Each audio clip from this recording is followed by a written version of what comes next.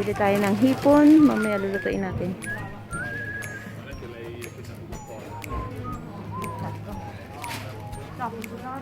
Ay, naman siya kadi-gambre. Oh, matang color.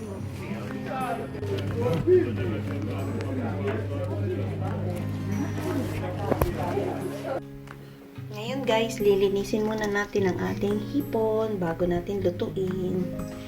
Ganito ang ginagawa ko pagtatanggal ng bituka. Yun, kita niya? Yan.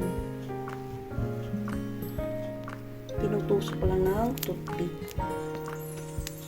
Tapos, gupitin lang natin tong yung mga hair niya. Yan. Yan.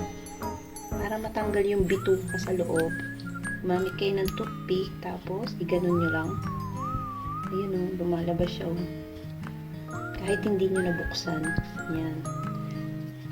Kung gusto nyo na buo yung inyong shrimp. Then, yan. Tapos huhugasan na lang natin mamaya. Yan. Ito. Sipon. Tanggal na ng bituka. Oh, ganyan yan. Ayan. Tanggal natin ang bituka. Higitin lang natin. Ilabas na yan. Kita nyo yung nakikuha natin. Hanggang sa matapos ng lahat. Ganun lang. Paglilinis ng hipon. Then, you cut yung hair. Siya. Magluluto tayo ng buttergarlicshrimp. Hello guys, ito tapos na nating malinis yung ating bituka ng hipon. Natanggal na rin yung mga buhok-buhok. Ngayon, huhugasan natin bago lutuin. Kailangan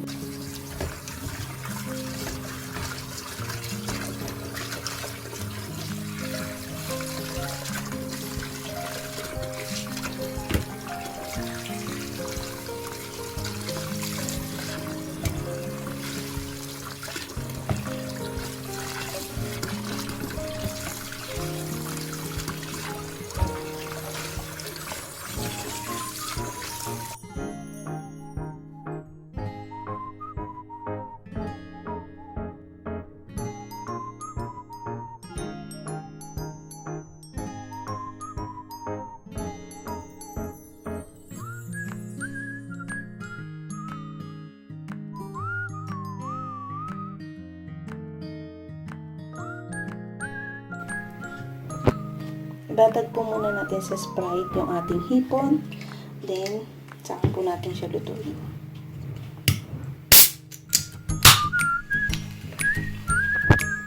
Ngayon po, ating lalagyan siya ng SPRITE. Ibatag muna natin sa SPRITE. Then, saka po natin siya lutuin. Batag po natin ng mga 15 to 30 minutes.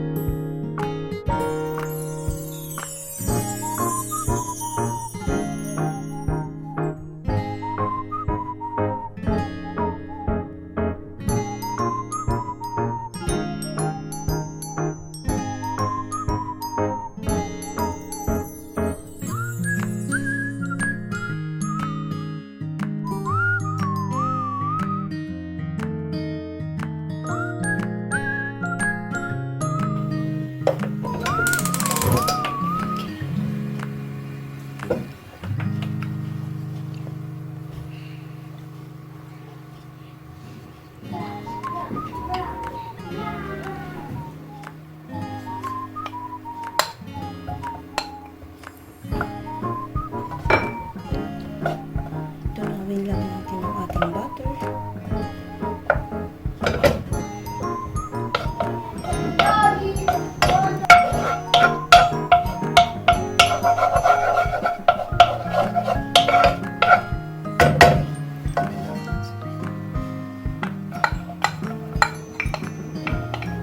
Sunod natin po yung ating garlic.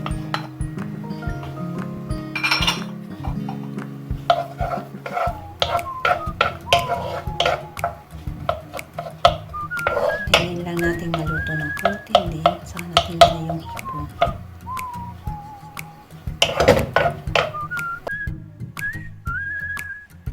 Atin natin po sa SPRITE na 1 hour. Pag may button na yan.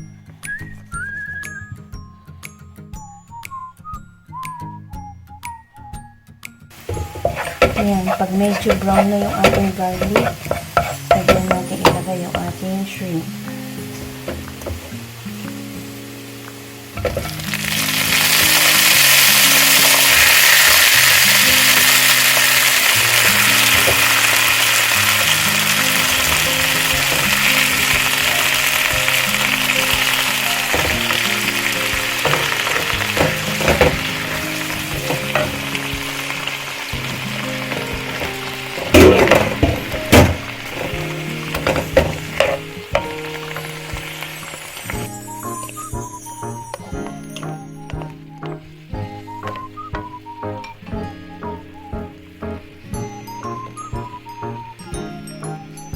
Then put a little bit of salt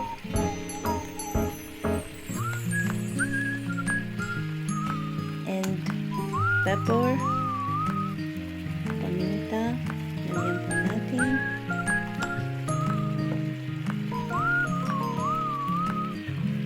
Then haluin po natin para po lumasa yung ating salt and pepper sa ating shrimp.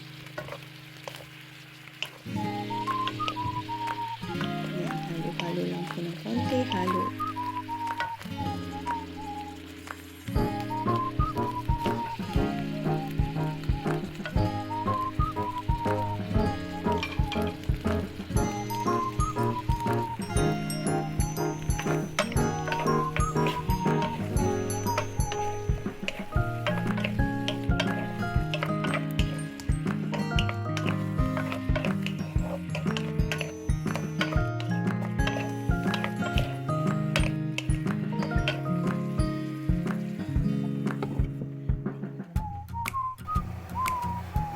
Natin ang ating butter shrimp.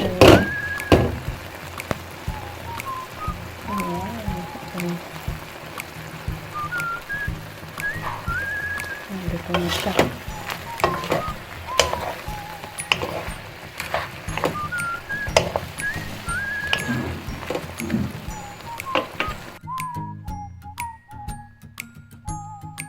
Ito na po ang ating buttered garlic shrimp. Kita nyo yan? Pwede nyo rin pong lagyan ng onion leaves kung gusto nyo po. But optional lang po yan kung gusto nyo. Nilagyan ko lang po ng konti. And then mamaya lalagyan ko ulit siya pag nasa pinggan na.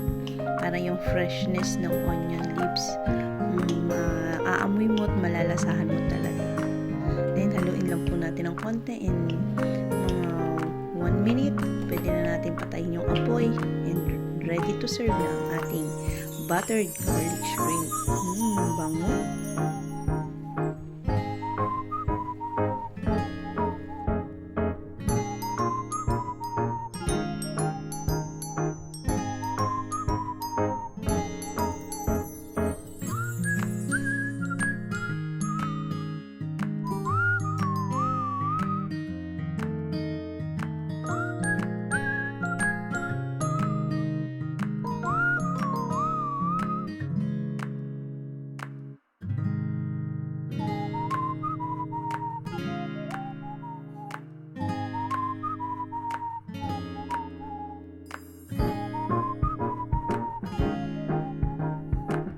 Yan, luto na ang ating buttered garlic shrimp.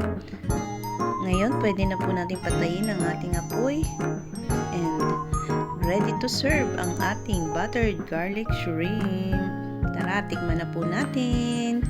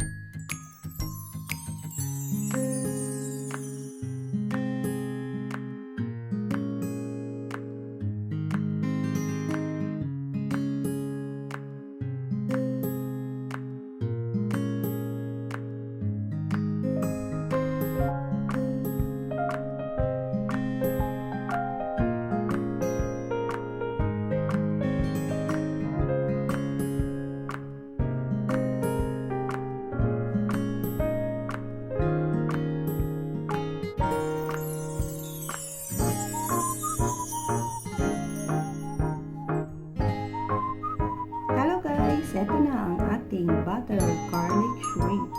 Kung nagustuhan nyo ang recipe nito, please don't forget to like, share, comment, and subscribe. Maraming salamat po. God bless!